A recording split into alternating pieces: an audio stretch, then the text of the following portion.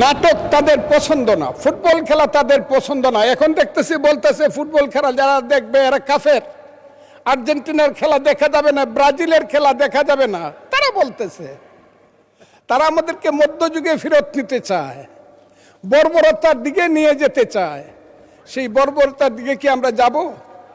যদি না যাই তাহলেই কি আমরা তাদের সাথে, আমরা যদি এইটুক ডিফারেন্স করি, আমরা যদি তাদের সাথে মিলে মিশে থাক, ওই যে এটাকে বলে কি ফ্রেন্ডলি গেম। যে মেসি শ্রেষ্ঠ গোল করেছে, 5টা গোল করেছে, যে রোনালদো কালকে 2টা গোল করেছে, তাদেরকে আপনি ঢাকার মাঠে আনেন।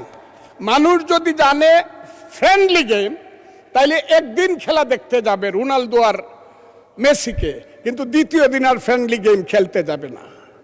পার্লামেন্টে যে গেমটা হচ্ছে, এই গেমটা কিন্তু কিছুদিন পরে কিন্তু মাঠ খালি পড়ে থাকবে, কথাটা আমি বললাম।